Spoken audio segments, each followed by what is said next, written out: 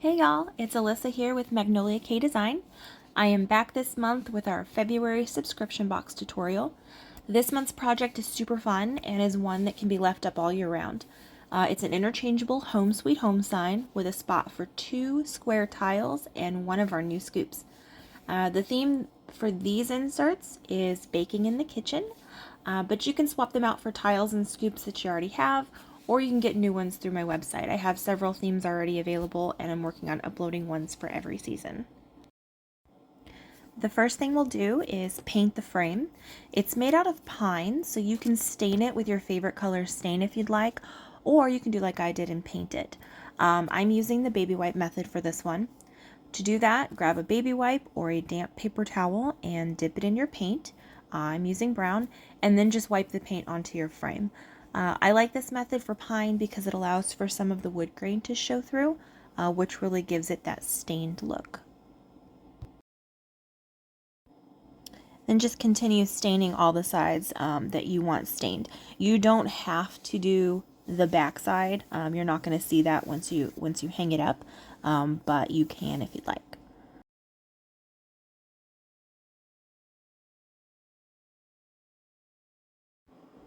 The next thing we'll work on is painting the rest of this sign, starting with the lettering. For mine, I decided to paint the letters a neutral color. That way, when I swap out the inserts for the different seasons, it'll match just about anything. And for this part, I prefer using a makeup sponge.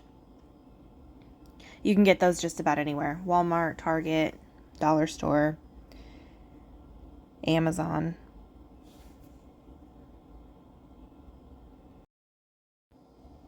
So just dab your makeup sponge into your paint, dab off any excess, and then paint your letters. For the darker colors like this black, you'll probably only need 1 coat.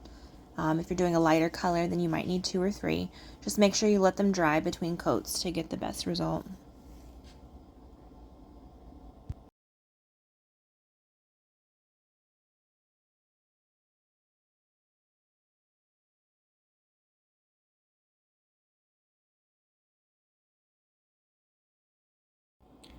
Next, we'll paint the sign backer. You can paint this any way you want to. Today I'm using a foam brush because that's what I had on hand, but a regular brush works great too. My absolute favorite way to paint these backers are using spray paint or using a roller. You can get the little 2-inch rollers from Home Depot for a couple of bucks, and they work amazing for larger projects like this one. It's faster than using a brush and leaves a cleaner looking finish, but use what you have on hand. Regardless of the method you pick, you'll probably need multiple coats. Just make sure you let it dry in between each one.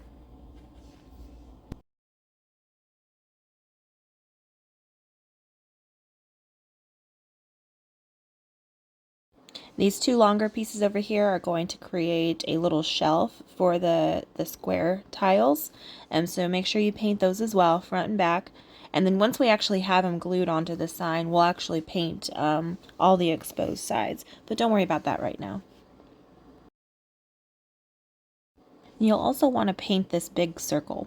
You don't have to worry about painting the little one because you're going to glue the big one on top of the little one, so you won't even see it, but you'll definitely want to paint one side of this big one. This next part is optional. I designed the sign to have a shiplap look to the background, so there are lines that are scored across horizontally. When you paint the backer, the lines get hard to see, so I'm taking a straight edge and a needle. A toothpick works great too, though, and I'm scraping the paint out of the scored lines.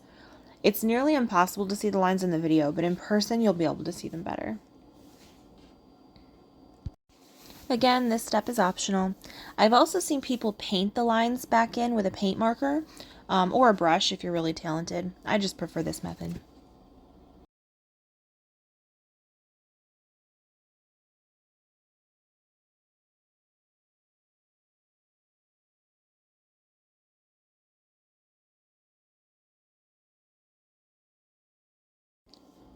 Next, you'll want to give your board a light sanding with your sanding sponge just to smooth it out. Make sure you wipe all the dust off really well, and we'll prep for gluing.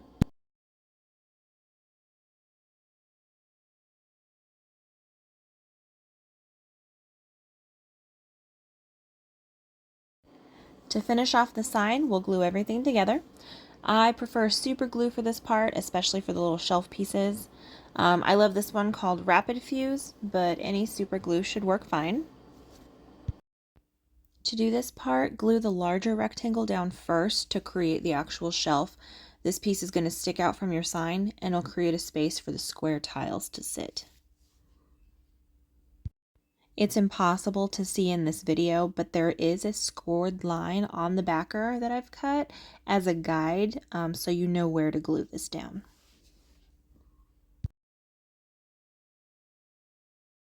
Hold this piece in place until the glue is set, usually about 30 seconds or so, and then we'll attach the face of the shelf. This part will give it a more finished look and will also create a little lip on the shelf that'll help keep the square tiles from sliding off.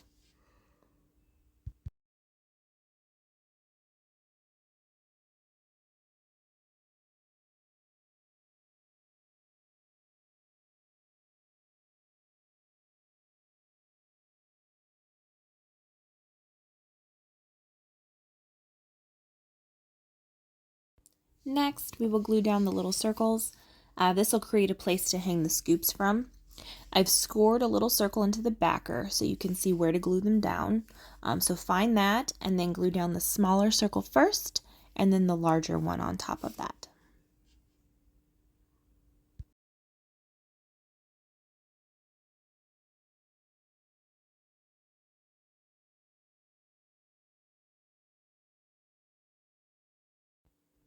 And then finally, we will start to glue down all the lettering for the Home Sweet Home. Again, there is a scored guide on the backer to help you with where to glue these.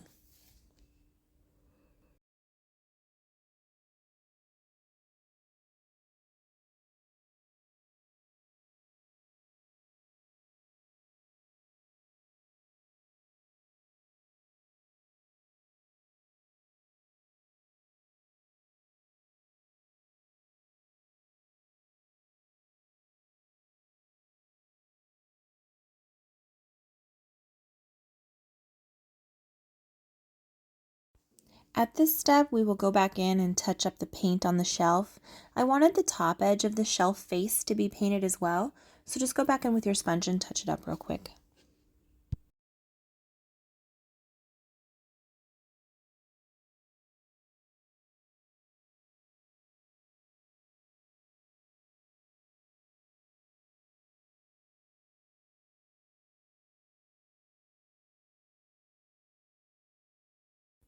Lastly, we will glue the sign into the frame.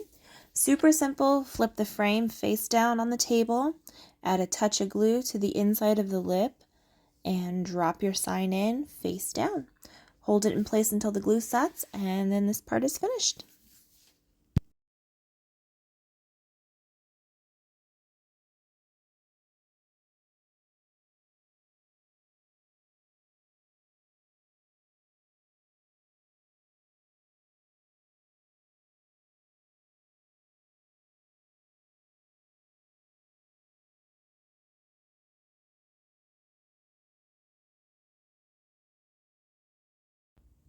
Now that your sign is complete, we just need to paint and assemble your inserts. We'll start with the square tiles. I painted mine with a navy blue accent, but you can paint yours however you'd like. That's one thing I love about these projects. You can customize them to match the decor you already have in your home. On mine, I did a navy background with white polka dots, but you can paint this any color you'd like. You could use a fun scrapbook paper or a napkin Mod Podged on the background. Literally, the possibilities are endless.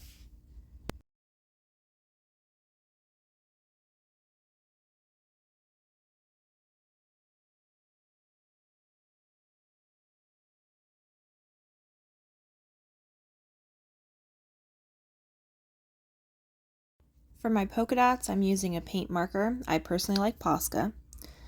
You can apply the polka dots randomly if you want to, but I'm more of a pattern person.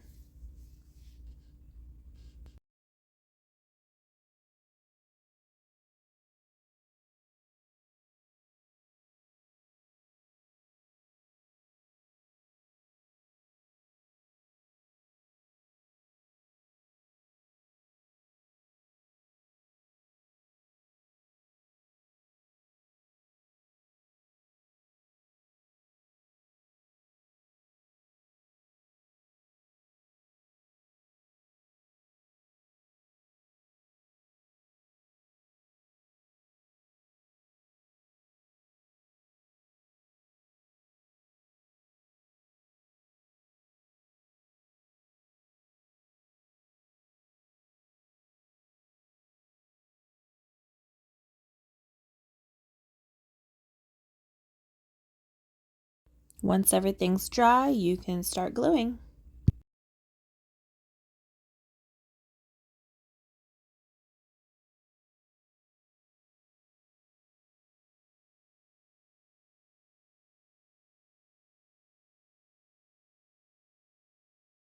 Next, we're going to be working on the scoop.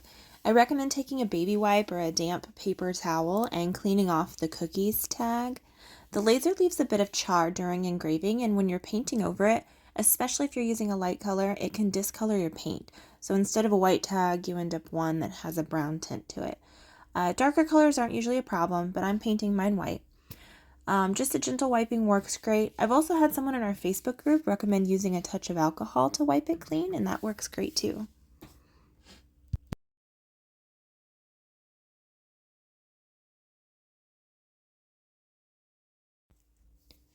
I'm using the baby wipe method to stain the scoop and the cookies, and then just a sponge for all the other little pieces.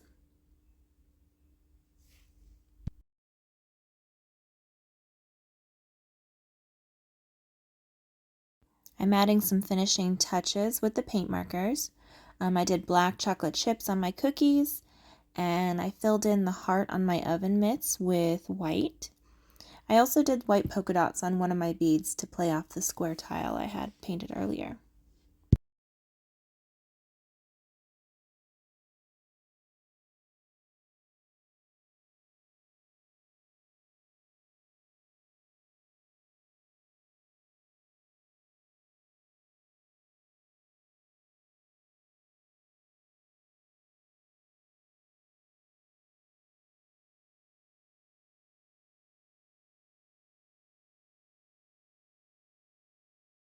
And lastly, we can start gluing and assembling.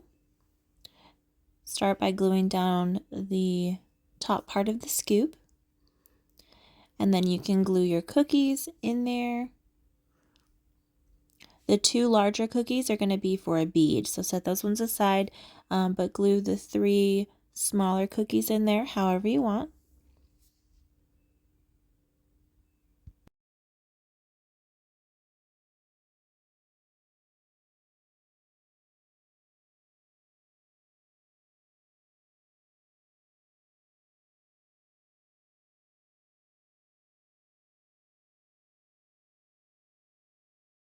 And lastly, we'll start assembling.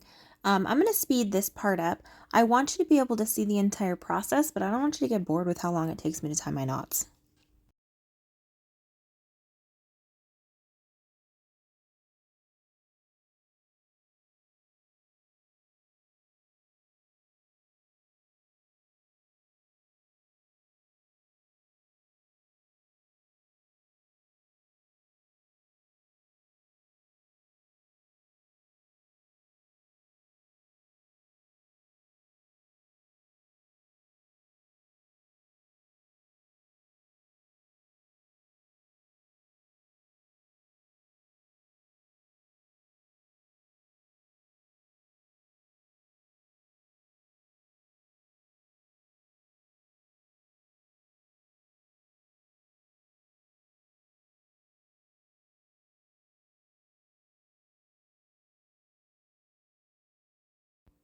If you struggle to string your beads, dip the ends of your string in a little bit of super glue and let it dry, and sometimes that helps.